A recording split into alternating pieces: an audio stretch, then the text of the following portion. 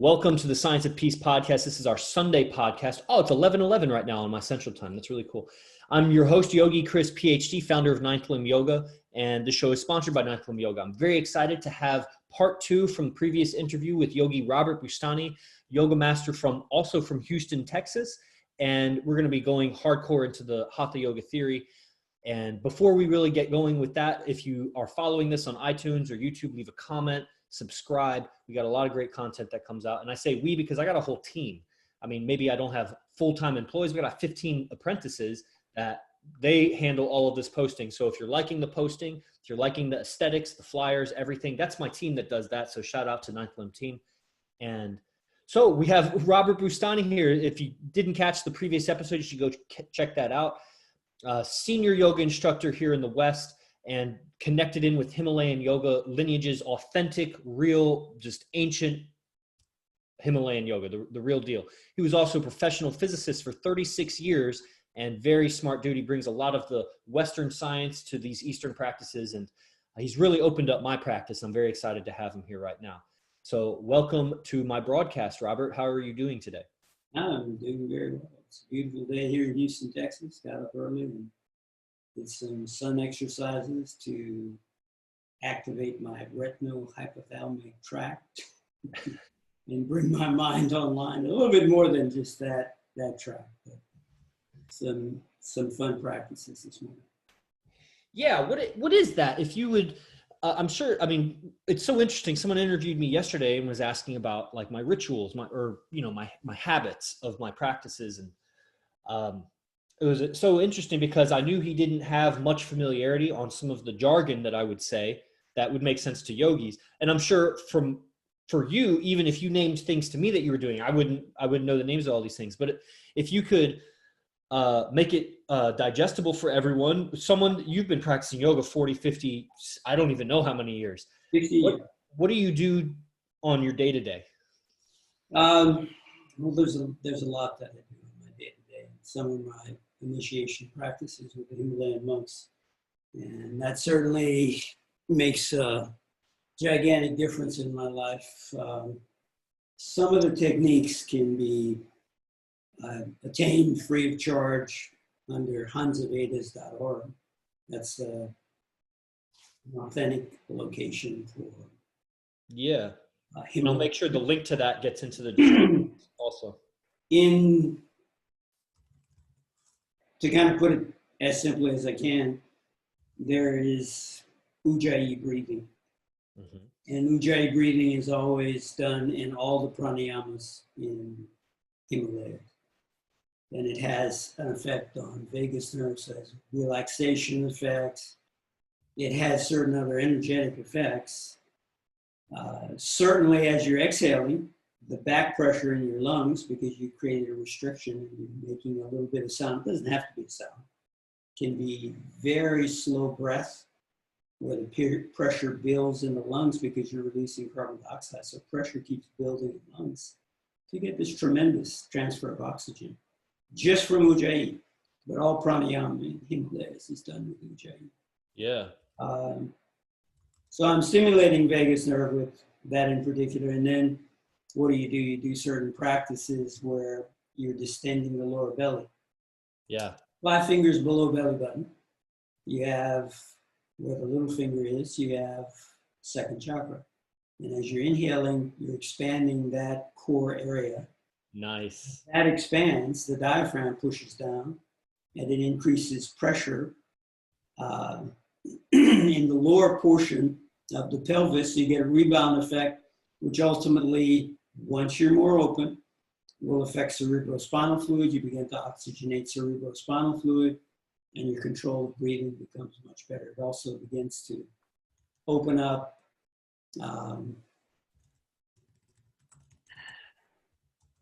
a range of different blockages, spinal cord level reflexes, which affect people.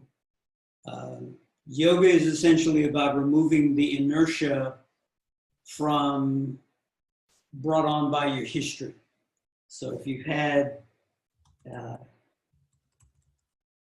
suffering in your life, everyone has, then that suffering makes you a little reluctant to do certain things. You won't be so free And I would call that inertia. And what yoga does, and what I do in my practice, is I remove that inertia in my practices. Now, for a practice to really grip you, it's necessary that you have values. If you have very strong values and you're very focused on where you're going, and you're not going to be deterred by arbitrary distractions, now a person can become engrossed and really get into deep meditation. So when people talk about meditation gripping you, what it really grips is it grips your values and develops you in a very different way. What are you saying? The word is drip or grip? Grip. Okay, like clasp. Yes. So after a period of time, you start finding the experience of meditation and the after effect of meditation. So sometimes I could do it, and I hope this is encouraging to people. Sometimes I'll do a practice in the morning, and intellectually I might say, mentally I might say, well, that wasn't a good practice, but then the rest of the day is incredible. So my judgment of my practice may be wrong, but if I consistently do that particular practice, what am I doing? I'm changing the structure of my neural network. And so now suddenly, instead of having the inertia, the reluctance I might have because of past experiences that were uncomfortable, I suddenly have a little more faith, a little more energy, a little more focus. And I'm more willing to go in a given direction that other people might be fearful about. So it frees you in a very real way. So what I say is yoga removes the inertia from your life. It removes the inertia from your body. And that certainly will make a huge difference long term, because you're this neurological network. If you're more than that, obviously, but you're restructuring yourself to be very successful in dealing with whatever problems come up. This is how do you deal with problems? The way you deal with problems is if my mind becomes very precise, very calm, very quiet, I will notice things that other people will not notice. Yes. Because my mind is so quiet, I can sense things before they happen, or I can sense things that are very subtle, and it gives me on my freeway of meditation or yoga practice, and I don't miss my exit. If something's going to get me off the freeway, and okay, I can tell a little bit on myself. My sons, I picked up my sons when they were very little, and I'd gone through a divorce, and so I would get them, like every other week or so, and we'd spend some time. And I was driving a little fast. I was very happy that I was with my sons, and my sons were very happy to be with me. And I suddenly went over this overpass on the freeway, and I was going probably too fast. And I got off the exit, and right as I got off the exit, my son said, "Look, Dad." And I looked to my left, and there were two police cars braking really hard that had just passed me. And I thought they were coming after me. So it's like, if you take the right exit, you might get out of trouble. I'm not saying, speed. I'm just saying that if you pay attention, sometimes you'll get out of things that you might not have otherwise. Yeah. Being respectful to the law and so on, that's fine. But sometimes we get into situations that would get us if we don't pay attention. So I want to make one comment about the whole coronavirus thing and so on. Let's do it. CDC recently put on its website that the coronavirus is less deadly, even for people in their 80s. There's really no more deadly. People in their over 65 is less deadly than the usual flu, or certainly no worse. And it's on their website. And they have all the other stuff on there. And it's a flattening of the curve. The flattening of the curve, you have a curve. So you say, okay, we're flattening the curve. Well, if you look at the area under the curve, the area under the curve is how many people are going to get it. It doesn't mean that less people are going to get it. It doesn't mean that there'll be less death. There's no promise of that. Right. Saying, well, we don't want to overload the hospitals. So all of this is not to overload the hospital, which is fine. But it may have been a good idea at the beginning. At this point, it doesn't seem like a good idea. Oh, That's yeah. all I'm saying. Man, I thought one of the a big echo for me. Okay, one of the things that, I was so fascinated about what I do with yoga is how the stillness and the presence it brings to my communication. I'm still young. I have lots of ambitions. I know I'm going to require a lot of cooperation from a lot of people that are themselves maybe not into yoga to achieve the goals that I have in this life. And so I want to be a very good, effective communicator with all sorts of different kinds of people. But also I want to be bringing my yoga with me. Like Doug Swenson said, you share the yoga. That's the ninth limb. And so it's so interesting, is I made this post about Bill Gates and the vaccine. Apparently there's a patent on the coronaviruses in the United States. And there's now, on November 19th of 2019, which was days before the outbreak started, the European Union Patent Office confirmed the patent by what's the name of the company? I should memorize it. Anyway, it's the name of the company, like PureBright or something. That might actually be it, PureBright. But it's something like that. It's some 2-syllable word. The owner of that company is Bill and Melinda Gates Foundation. That right after they achieved a patent of the vaccine to the coronavirus, which is the European Union patent, days later, pandemic starts, and now he's biggest push for vaccines for it. And it's just, and then the numbers being doctored. I mean, I don't want to go into all the theories about it actually, but yeah. There are immunologists that are saying, well, it transforms so quickly that to have a specific vaccine, it could be changed by the time the vaccine's out. So there is no specific vaccine for it. Oh man.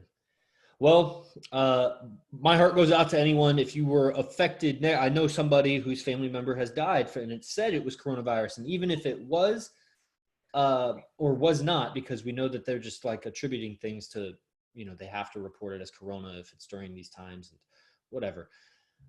My heart goes out to you for that loss. I don't want to press on if it was corona that really did that or not. But kind of going backwards on this, what you were saying, stilling your mind, being able to perceive, it reminds me of Spider-Man with your spidey senses, to be able to perceive something like right before it happens, as it's happening. It's so fascinating. You're talking about the inertia. I've many times referred to it as the momentum of our mind, that we have this, it's thinking in a way, and we have to like put on the brakes to go a different way with these thought processes. And you're talking about, with the spidey sense, what are your views on, like, let me call it like left-hand path yoga. You could call it like sorcery, or, other kinds of, let's say, mental or cognitive rituals to achieve a kind of insight that you see through space and time, and you have a kind of a spidey sense, or I know I'm using that word, but it just reminds me so much of Spider-Man. Like, what's your take on that as like a valid yoga path to enlightenment? You better have a good teacher. You better have a good teacher with that kind of thing, because it is possible to get yourself in lots of trouble from doing that kind of thing. And some people, it might be appropriate. It may be charming in some ways for some individuals, but maybe they're emotionally, not psychologically made for that kind of thing. It takes a very strong, fearless individual to walk that kind of path.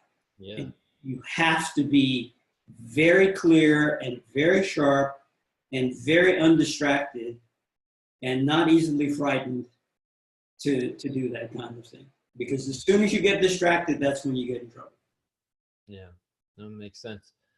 And okay, that was like a little tangent. So coming back, you start with Ujjayi breath, distend the lower belly, use this rebound effect off the pelvic floor to rejuvenate your spinal fluid, start burning out spinal level reflexes, which are just maybe ancient, like,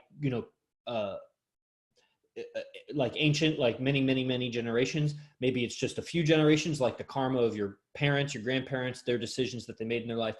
Right. Maybe it's in this life. You were exposed to something as a young child, and that sound of that is like deep in the system. And burning out these reflexes, and then so that you have less reluctance, and you can be. That comes from that burning out of those reflexes comes when Kundalini opens. And it takes time to accept that energy running through you. Yeah. People can raise it, and people do all kinds of intense practices to raise it, but it won't stay up. And there can be all kinds of side effects, Wow. of which might be insomnia, which long term would not be a good idea. So the idea is ultimately we start off with the outer body. I won't get into all the details of the different bodies, but we start off with the outer body, and you have embedded in your flesh the result of everything that you've been through. So you might find that someone sees an individual with a given patterned shirt that reminds them of something in their earlier life, and they might have a reaction, positive or negative, doesn't make any difference what it is. But now suddenly they're distracted by whatever's going on. So one point of focus becomes really important. And to get that one point of focus, we start off with the outer physical body, because that's the easiest thing to perceive. Yeah. Yeah. And you start off and you start cleansing that with various physical yoga practices. And some of the physical yoga practices were to allow the yogis living in high Himalayas to survive a rock fall or falling off a cliff themselves or taking some kind of fall. So all these advanced poses, well, if you can put your foot behind your head, then if you take a fall, you're less likely to tear ligaments in your knee because there's no EMS up there. So you have to be physically really strong and flexible. But by getting, if we talk about the work of Tom Myers and all his work on fascial trains. Yeah. The body, maybe we start there, the body is put together with bands of fascia and muscle. So the fascia is a stabilizing structure, but in order to tighten that band, you have to tighten the muscle. Yeah. So if you have an individual that's under general anesthetic, you can move their body around any way you want, even if they're very stiff when they're awake. As soon as you put them under general anesthetic, the muscle relaxes. Wow. So what does that do? If you think of the bones held together by bands of fascia with embedded muscle, so the muscle can tighten the band. That's how you tighten the bones or loosen the bones. You learn to relax the muscle.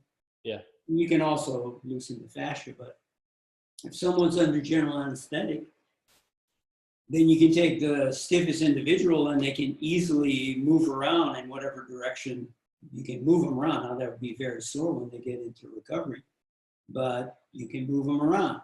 So the number one thing in developing flexibility, which has been misunderstood in the West, the number one thing is you have to relax the muscle when you're stretching. And the process of relaxing the muscle gives you the same flexibility of someone who might be under general anesthetic. What did I say earlier about Ujjayi? I said, all pranayama is Ujjayi, and you have to be relaxed while you're doing all pranayama. Well, if you're very relaxed, the muscle relaxes. As the muscle relaxes, just the weight of your body has a stretching effect, or it puts a certain stress on the fascia. So if my arm is hanging down or my elbows are hanging down, what does that do? It pulls my shoulder down. If my shoulders are hanging down and I balance my head precisely over my lower spine, what does that do? It takes all the weight on the bone structure of my spine. Well, bone is piezoelectric. It's a calcium phosphate crystal. So it's piezoelectric. It generates currents. So if I sit here very comfortably and relaxed, I can generate currents. If I sit here with my elbows hanging down, relaxed, and I'm not distracted by anything, that I can just get into the feeling of the energy, I can generate energy just by breathing. Wow, that's so true. my morning practice is just to breathe, and they're complex breathing practices. And for some people, because of the length of time that you're inhaling and exhaling, and the length of time you're holding breath, people might react to that kind of thing. So, as my guru put it, it's like, well, if you hold your breath for a given period of time, you're not going to die from it. So sometimes people get finished with pranayama and they have this sudden they're suffocating. Really. fearful inhale. Well, you're not going to die from that. So over a period of time, you start overcoming the usual embedded fearful reflexes from wherever you got those in your life. Wherever you pick it, even genetically, you pick it up. If there are genetic effects, because you're coming from a given family, it's like, does your family have these diseases? And now they say, okay, well, you have the potential of getting that disease because it's in your family. Right? Genetically, we pick up all kinds of tendencies. If mom had a fear of snakes, well, maybe you have a fear of snakes. Or if dad has a fear of snakes, maybe you have a fear of snakes. Is it your fear of snakes, or is it something that's just embedded in your nervous system that has changed your neural network from maybe a very pure, relaxed state to something where you're reluctant and you're not even sure why you're reluctant? Some of it, you're not even aware of why it came up. You're not even aware. So the first thing is begin to quiet down and clear out all the obstructions, all the things that you're carrying, which aren't you. And you could say, none of it's me. If you're going to create your own life, what do you have to do? You have to let go of everything else. If you want to be filled with something much better, and you're a cup, then whatever you've been carrying and holding on to, and sometimes people hold on to things that they really don't want. And yet they'll hold on because they want to look good in society or whatever reason that they have. It's understandable. People want to be accepted. They want to be loved and accepted. But if you're holding in your cup all of this stuff, then there's no room when you go to guru or some master to fill up with anything else because you're already filled. You have to get rid of all that other stuff. So the first process of physical yoga is clear out all of this stuff. Wow. You clear it out and you do practices, the physical practices, such as what you've been teaching. You teach high-level yoga. You clear out their bodies that way. And at first, what are they interested in? Well, maybe I want to look good in bathing suit or something. Okay, that may be or they just want to look physically nicer. Okay, that's a motivation. But at a certain point, they realize, oh, if I stay very quiet inside of myself under certain circumstances, because I've done my yoga, my day goes easy. Yeah. And if I get into a crisis and I've done my yoga, it's easier to deal with the crisis. You're not having fear. What's the number one? Well, I'm not saying the number one. What's a cause of reduction in immunity? Fear. Yeah, fear, anxiety, all that kind of thing. You have to take the mind and point it in a given direction. So there's the great story, which I think I've already told, but the great story of Tony Robbins on a racetrack in a high-powered car, and he's got the driver sitting next to him that tells him, if you feel you're going to go into the wall at these high speeds around this track, don't look at the wall. Look where you want to go. And he says, okay, I got it. And he tells the story. Tony tells the story. So he's going around the track very quickly. He starts going into the wall, and the driver doesn't have any controls. He's just sitting there, and he sees him going into the wall, and he grabs his head and turns his head toward the center of the track. Yeah. And the car goes that way, and they do that a number of times. And he said, and I learned to look where you're going. Where does energy go? Energy goes where you pay attention. Yeah. So if you're focusing in the wrong direction, you're reducing your own immunity by doing that kind of thing. Mm-hmm. Yeah. Not that anybody's right or wrong, but where it's your life. That's right. Yeah, that's and right. If you only focus where other people point you, well, then you might be very disturbed. That's true. You know, this is so resonant. It's so all the people in my silent flute program are probably laughing right now because I've been reciting this example from the sitcom Frasier, where he was trying to learn to ride a bicycle and he kept looking at the telephone pole and riding into it. And it's a slower speed example of what you were just saying. And, this where you're putting your attention, on the complaints of life or the negatives, and how you're narrating it to yourself, and you end up kind of manifesting the feelings around that control your actions, or so space inside. This is beautiful. I love what you said about Kundalini energy. You're putting words on my hatha yoga experiences. That resonance is a good word. Like, it's really vibing with me, and meaning it's like my experience, my nonverbal or pre-verbal emotional and sensory experience of what I'm doing is adequately and accurately described by your, everything you're saying. So that's beautiful. I wanted to just take a little aside on this thing that you said about piezoelectricity, because what a trip. What a calcium phosphate crystal, piezoelectricity, meaning like the electricity of compression and expansion moving through the bones. And because I was just researching, I like this guy, David Wilcock, who does like alien conspiracies and whatever. And he was talking about like how the pyramids, I mentioned this to you once, about like all these ancient megalithic structures with like big rocks and everything, how they built them. We can't even build them now. And, the idea of that maybe the ancients, through the help of aliens or Atlantis people or whatever, who knows, maybe whatever, maybe they just evolved the knowledge themselves and then they collapsed somehow, who knows, that through some awareness of how voice and speech works, and possibly, and this would go back to like ancient yogis, how thought works, the thought that comes before the speech, and maybe even further back, I don't know, that through knowledge of how vibrations can resonate with each other and amplify each other, they were able to speak in a way that moved these stones. Due to the piezoelectric effect of these, they were all silicates. All of these Stonehenge, these rocks are silicates, and they're talking about even the rituals inside of these structures, that the energy and the chanting of this, let's say Stonehenge is in a circle, that the resonance would go in a circle and create a kind of a vortex through this piezoelectric effect of the stone. And I don't really have a question about it. I just kind of wanted to throw that out there as like a brain thing. What do you think about that? Well, certainly. Physically, does it sound like ridiculous? Because you were a physicist. No. If you look at, let's take it a place where maybe people can accept it a little bit more. That is true. There are certain types of equations in physics that work with weather. So there are these nonlinear differential equations.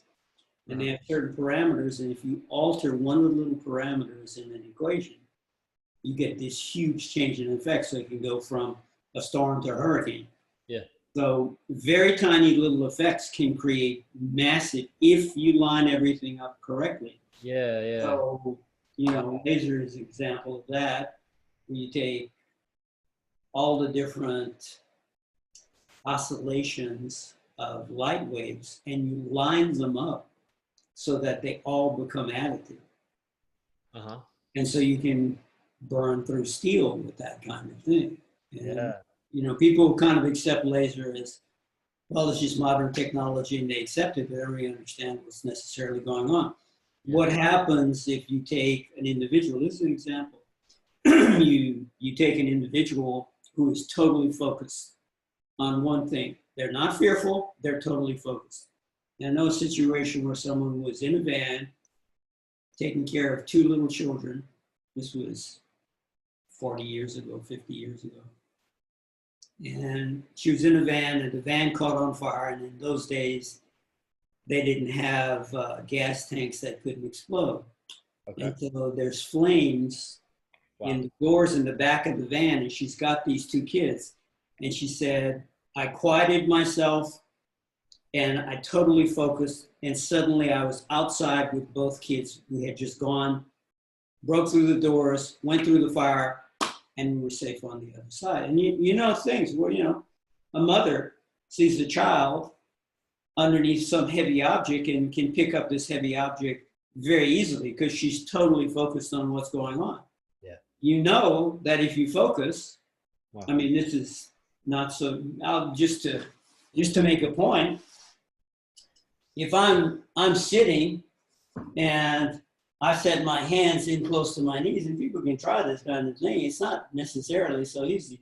You exhale, and to lift the legs up with the arms straight while talking is not so easy to do. No. If people will try it, they'll have to bend their arms and so on. But what? I've cleared the energetic pathways in my body. Yeah. So it enables the energy to run. What else? My mind is very quiet.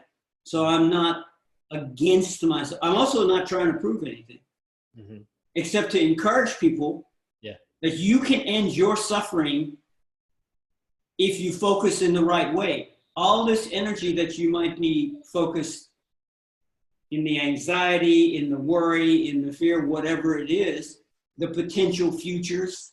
Yeah. You don't know if you're going to live till tomorrow, which is not intended to scare people, but it means use your time now. Don't waste it now. Use it now. Whatever energy you have, whatever little bit you can do right now, do that. Use the time to make yourself stronger. Yeah. It's always a question of focus. And if the pyramid or whatever it is focusing energy to do something, well, first of all, you have to know what you're going to want to do. You don't do the pyramid unless you have some idea what you want to do with the energy in the first place.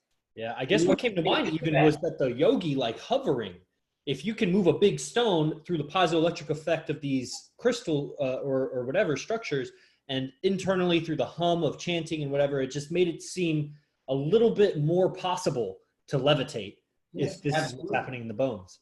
There's all kinds of things. And we know for a fact that, should I say it as a fact? The electromagnetic effects of all the microwaves from, Wi-Fi and everything else has an effect on the body. And, it mostly goes unpublished, but it has an effect on your body. So how do you counter that? You have to become stronger than all the forces on the outside of you. And how do you do that? You take all of your concentration and point it in a given direction, and you maintain integrity energetically. So when you choose to do something, you choose to do it for a reason. It's not just random. You're not it's sort of like if you let your mind run wild, except for 20 minutes a day of trying to meditate, well, then the mind will never be quiet. And under a crisis, what will happen? Mind will want to go to whatever interesting distraction.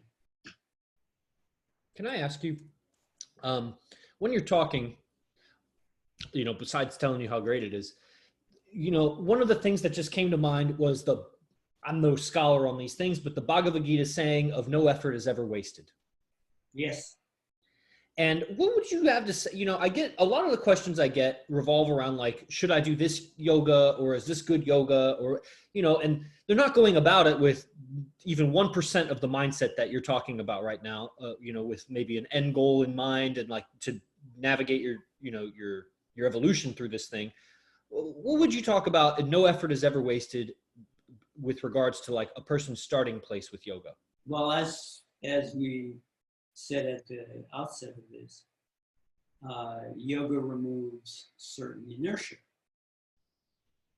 certain tendencies, and you become very focused. Well, your practice is an inertia.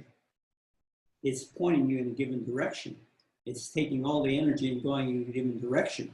And so what ends up happening, the strength of the path you're moving along, because if you have an object and it's going at a high rate of speed, you can't turn it off that path very easily. Right. So if you have an individual that's focused entirely on the negativity associated with their life, their creative negativity, that's not funny. And they're going to be on that path. And you're not going to turn them very easily. You have to be patient with them. That's probably the most important thing about a teacher, is to be patient with them. Give them a chance. It's going to take a while. You're not going to turn them off of whatever direction they're going. There's very strong emotions, very strong reactions inside of them. It takes time for them to change. And so you have to be patient. And what do you know inside of them? Well, they were once a child, and their mother held them. It's Mother's Day, so happy Mother's Day to everyone. And their mother held them.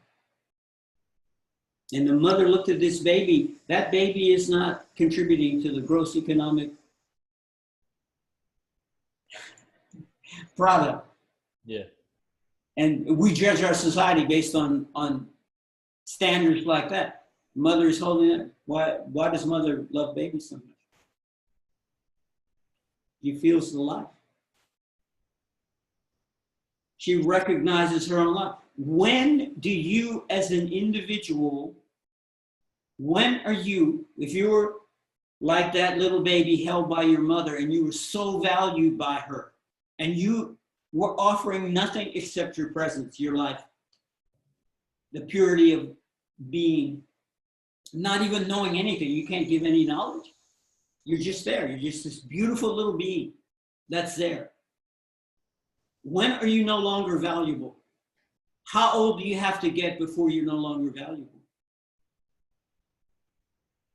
And the fact is, you have to find that love inside of you. You have to see that all these older people, younger people, whoever they are,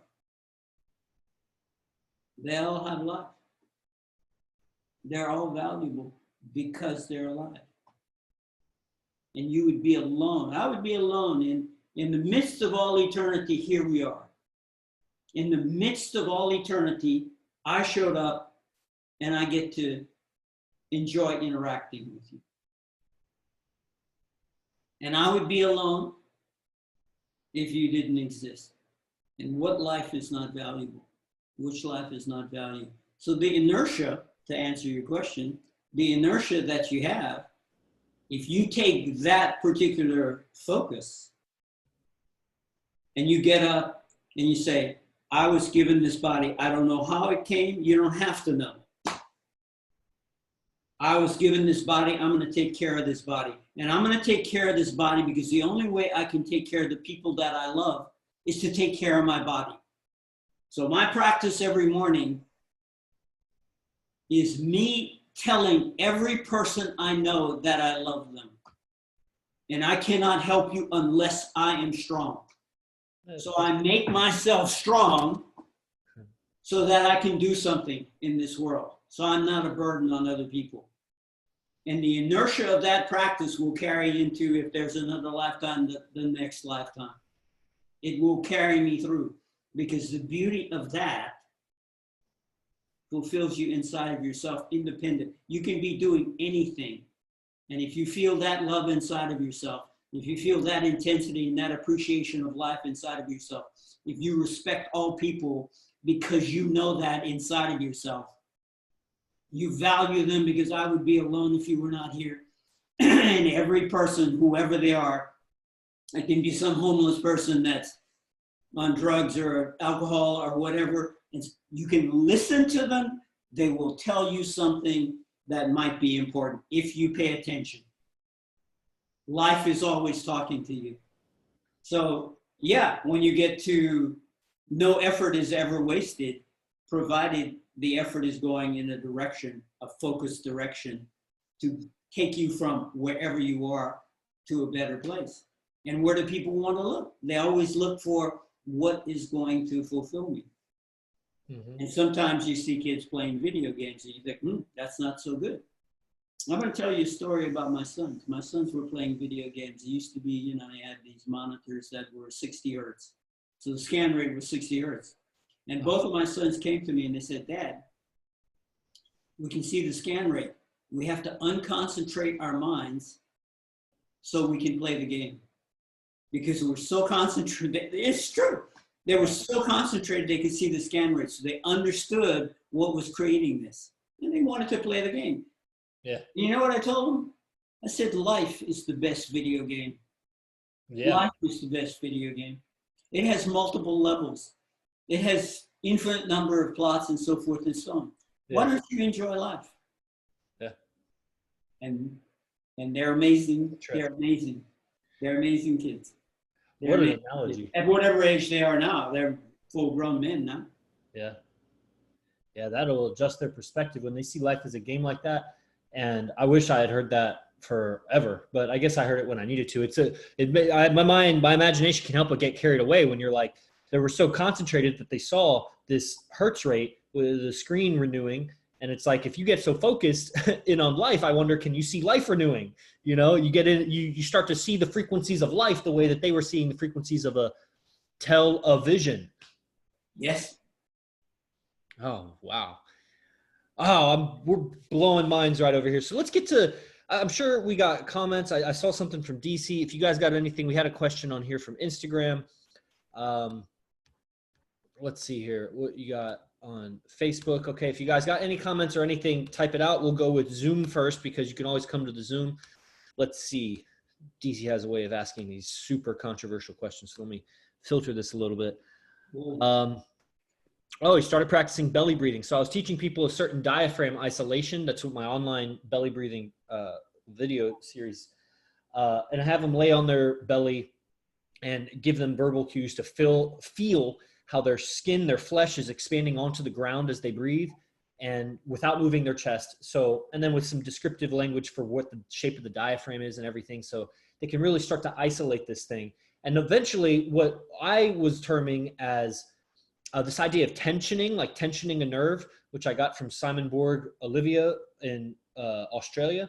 I mean, I'm sure it's a term. I just, that's where I picked it up from, was tensioning a nerve. So I would talk about tensioning the phrenic nerve that kind of has its tentacles in the diaphragm, and starting to feel that nerve as you diaphragm isolate. And then he says, do you push the belly to the maximum? And okay, so this will be a private question for me, DC, because that's going to be on, the things that I've taught you. So save that, send me a private message, and I'll answer that. When I would say this much about diaphragmatic breathing, where you're distending the abdomen. Yeah. The idea, it's case dependent. On a given day, you may be very strong. On a given day, you may not be so strong. So as you're expanding, you have to sensitively do it so that, yes, you're making effort, but you're not straining, because as soon as you create tension in the body, you can't pull in as much product. You become distracted by the effort rather than the technique. So that much I could say. Yeah. Yeah. And so what do you think about, so as I expand my abdomen by contracting my diaphragm, and I'm looking to minimize the effort, the metabolic effort to do this inhale. And I like to feel this very subtle nerve sensation. It's like a line from the hood of the diaphragm up behind the heart, or it feels like it's behind the heart, and then like up into my head.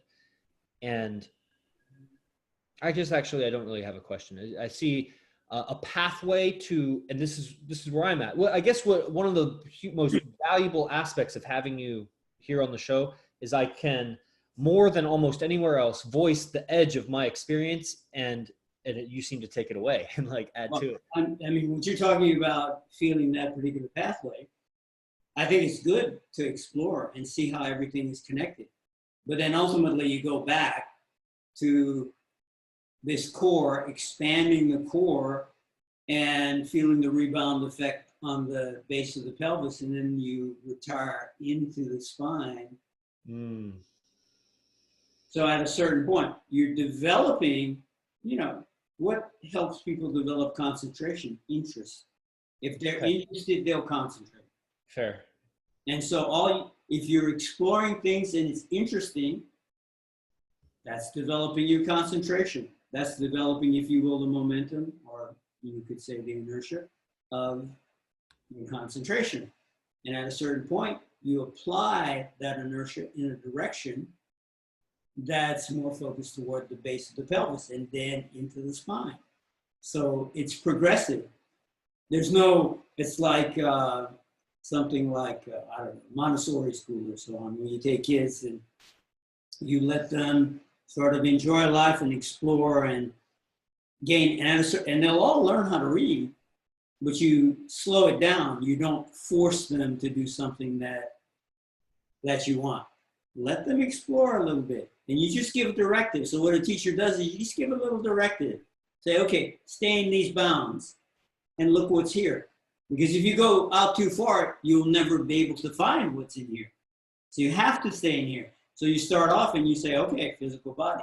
And then later it's like, okay, maybe lungs, maybe diaphragm, maybe belly. And then eventually you get into spinal cord. Now you have to really be focused to be there. You can't do it otherwise. That makes sense. Yeah. Wow. You were saying, I was getting carried away. Oh, I got a message from my girl. She says she really liked this one time I said something about people who play video games. They're playing a video game inside of a video game. So it's like, if you ever played a video game playing a character and like your character in the game was playing a game and you were like, you know, and that it's so funny because I start thinking as you're describing, my mind is getting, you know, just creating imagery as you're talking. And I'm like, in this video game of life, I'm playing yoga. And it's like, if I was playing a video game and I was having my character do yoga, and it's like, it was just, and absolutely the case. It's like, who are you really? Yeah. That's the quest in yoga.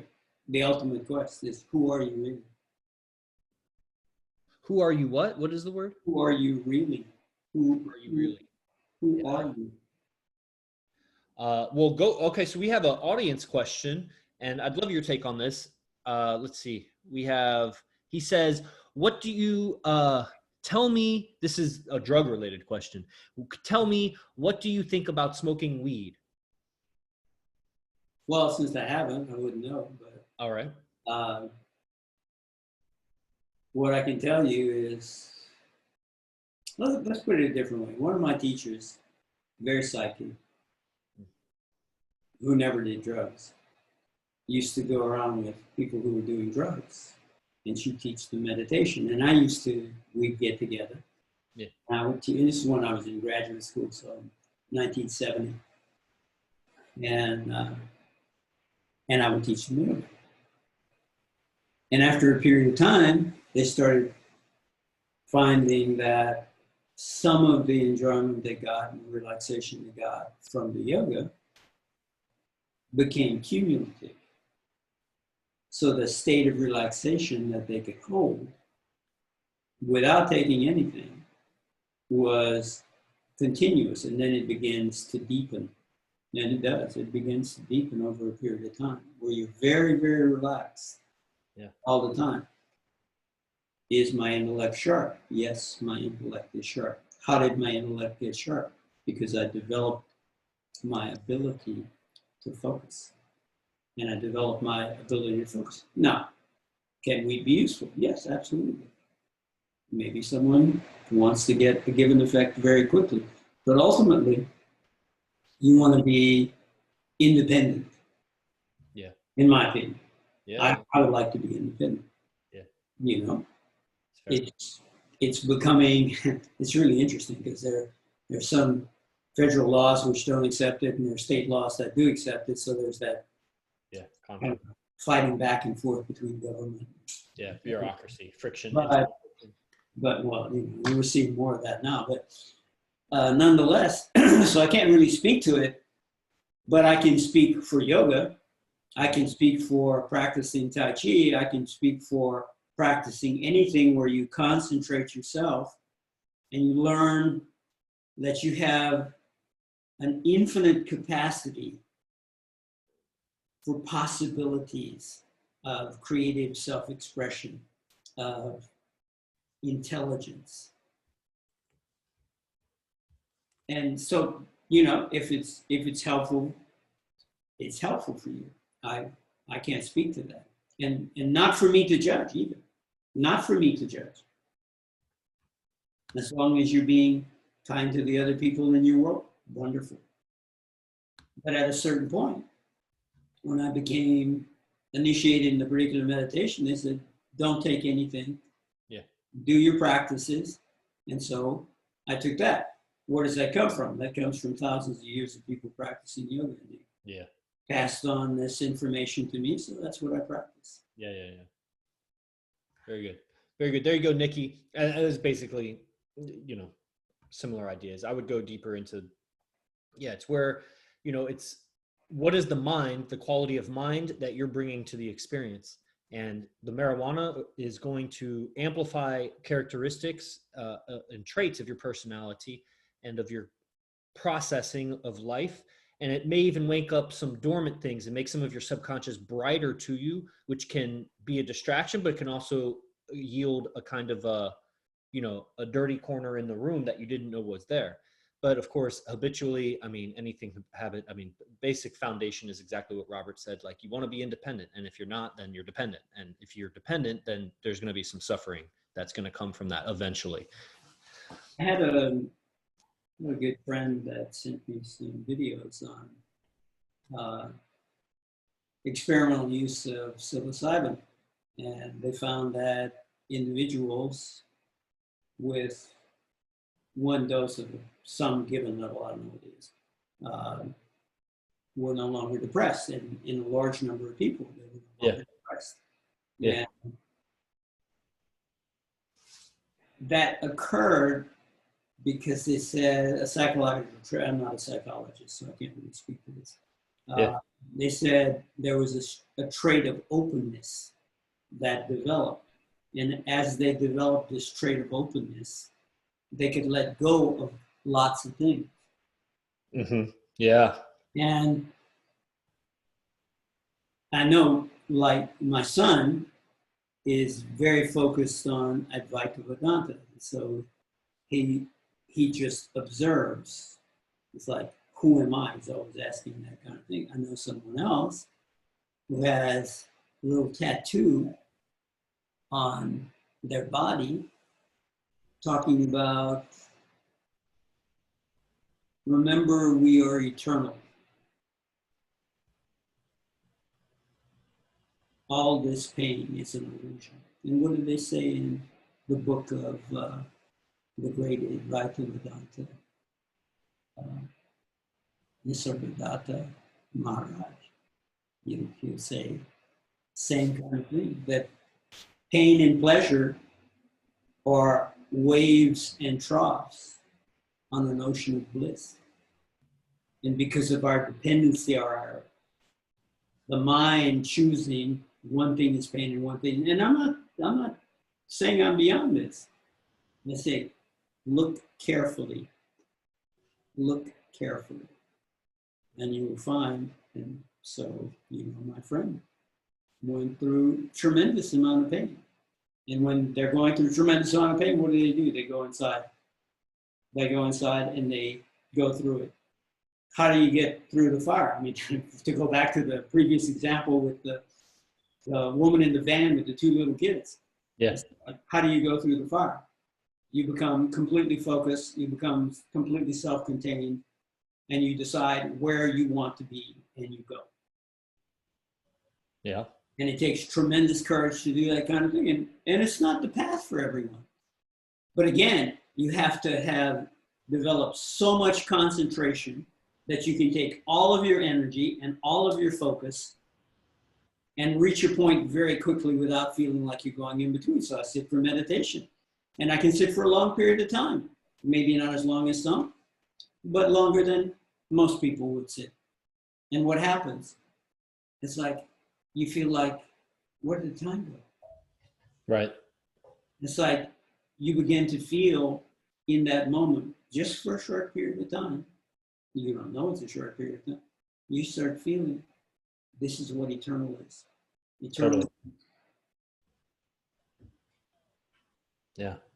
Wow. Not being distracted from anything except a pure experience in that particular moment.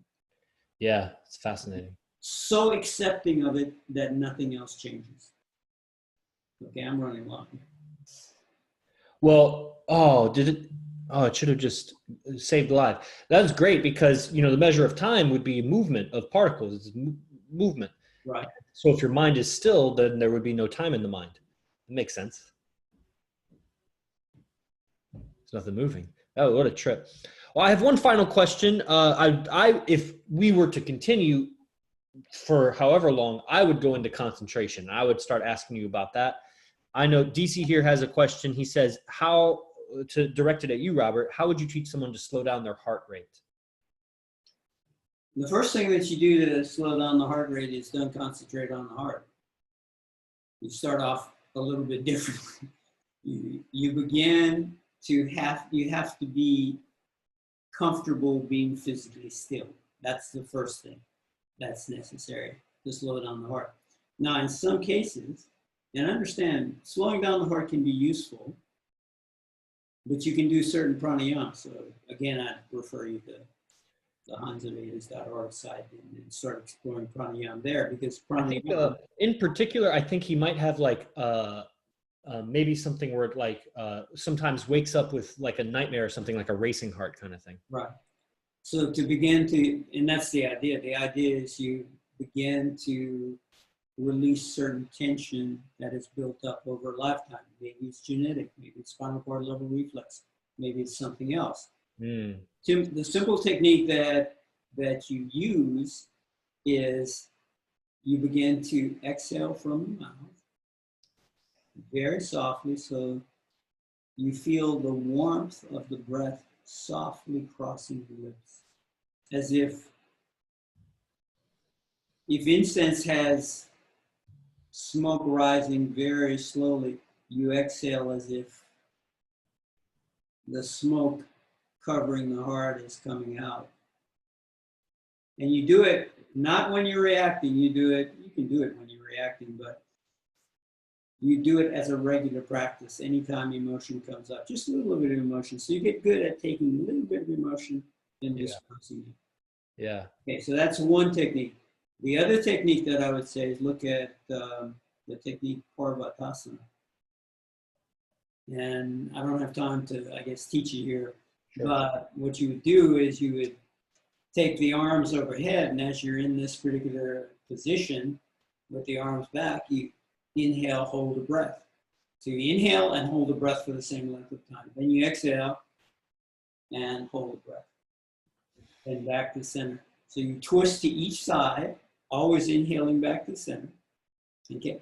Lean to one side, lean to the other side. Twist to one side, twist to the other side. Lean forward, lean back. And each breath, you inhale, back to center, hold the breath. Exhale in whatever direction you're going and hold the breath. That's it. Yeah, I can see that. And what it will do is if you're prone to panic attacks, you might get close and you can stop at that particular point. Yeah. But then you'll learn to go through that particular feeling. And what will happen is it will disperse all of this built up energy. And eventually, it won't take an infinite amount of time for you to release it all. It's a finite amount of time, depending on how long you practice. Yeah. How consistently you practice. You need to be consistent, but it will stop that. Wow. No, that's great. And DC, I'll help translate it and everything. I'm sure you picked up everything, but I'm going to be exploring that because that sounds really great. And that imagery of that breathing, like you said, I'll be tapping all my emotions now and translating it to the smoke of my heart being exhaled like incense. As this incense stick here finishes, it's been burning exactly an hour for the time of our podcast. And it was very easy to just convert that energy of my body into the image and like flow it out. Wow. Just very, very briefly. Yeah. Below the storms that you feel emotionally around your heart, below those storms is the most beautiful place you will ever imagine. And if you can go through the storms with courage, or at least with patience and trust, then you can find that place. Definitely. Wow. We could keep going forever. I think you have immense wisdom, Robert, and I know I can speak for everyone on all of this. There was about 20 people across the channels that were watching live, and a lot of people are going to catch this. thank you for dishing out your knowledge for free. It was beautiful. And very much. Anytime. is there anything you'd like to say to the audience as far as like if you got any online programs coming up or anything you'd like them to know about? They can look at pralayayoga.com, and I've got online classes all the time, so they can check those out. Yeah. All right. Pralayayoga.com. I'll have that on the description. If you're catching this on iTunes or YouTube, you know what to do. Leave a review, subscribe, and let us know. Let me know if you want Yogi Robert back. I think we're going to have him back for part 3. His time is very valuable, so we'll see when that's going to happen. But I think sooner than later. Thank you, everyone. If you liked this video, if you saw it on social media or something, share it. Share this with people. Share Science of Peace podcast with people. And Yogi Robert, from my heart to yours, thank you for coming on my show. Brother, I appreciate it very much. Namaste, brother. Namaste.